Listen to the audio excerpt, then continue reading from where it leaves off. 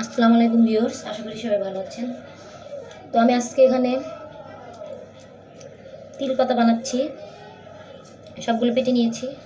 আমি এখন পাতাগুলো সাজাবো। সবাই অনেকদিন পর আমার এই ভিডিওটা দেখবেন, কেন এখন বড় ব্লগগুলো মানে কম ছাড়া হয়, কেন ভিউ কম হয়। আপনারা জানি না কেননা আমার ভিডিওটি কেন দেখতে চান না। অবশ্যই ভালো লাগলে তো অবশ্যই দেখতেন, বিধায় মনে হয় ভালো লাগে না।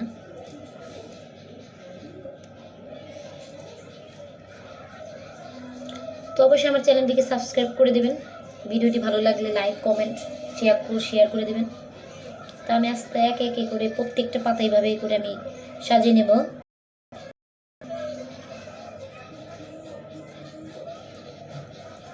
প্রতি বছর এই অপেক্ষায় থাকি যে তিল পাতা খাবো। তো এই যে এখানটায় আমি ডাটা কেটে মানে পাতিলটাকে সাজিয়ে রেখেছি, এটার ভিতরে দেবো এক এক করে। এই যে দেখবেন, বিসমিল্লাহ। এমনি করে প্রত্যেকটা পাতা আমি সাজিয়ে নেব, দেখতে থাকুন।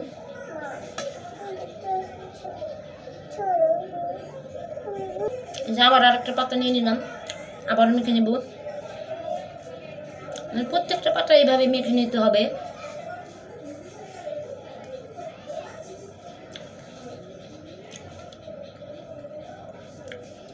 এই রেসিপিটা বানিয়ে প্রত্যেক বছর একবার হলেও খাই, আবার দুইবারও খাওয়া পড়ে। এটা হলো কুমড়ার পাতা। আর এখানে আমি তিল বেটে মানে প্রত্যেক ময় মশলা দিয়ে নিয়েছি। রসুন থেকে শুরু করে পেঁয়াজ, আদা রসুন বাটা, তারপর আর উপকরণ।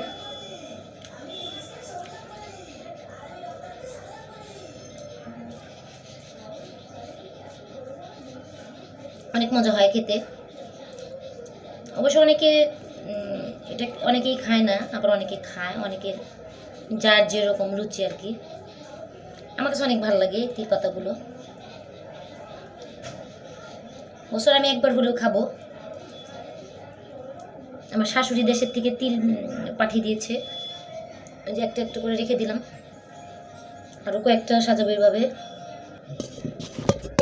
প্রত্যেকটা আমি এইভাবে যে এখানে দুটো দিয়ে দিয়েছি, এই যে আরও একটা দিয়ে দিলাম। প্রত্যেকটা আমি এভাবে করে নেব।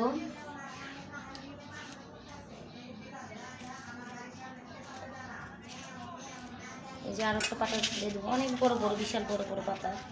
দেশ থেকে আনা হয়েছে তো মুসরে গেছে। তো দেখতে থাকুন। এই তো শেষ। তো আমার ভিডিওটি কেমন লাগলো অবশ্যই সবাই লাইক এবং কমেন্টের মাধ্যমে জানাবেন। তো আমি এটা এখন চুলার ভিতরে বসিয়ে দেব। প্রত্যেকটা সাজানো শেষ, দেখতে পাচ্ছেন অনেকগুলো হয়েছে।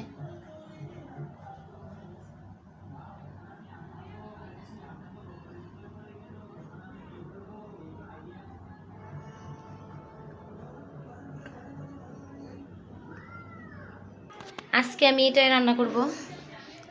নতুন চুলা, লাকড়ি অল্প দিলেই হয়। এই চুলাটা আজকে আমি রান্না করব।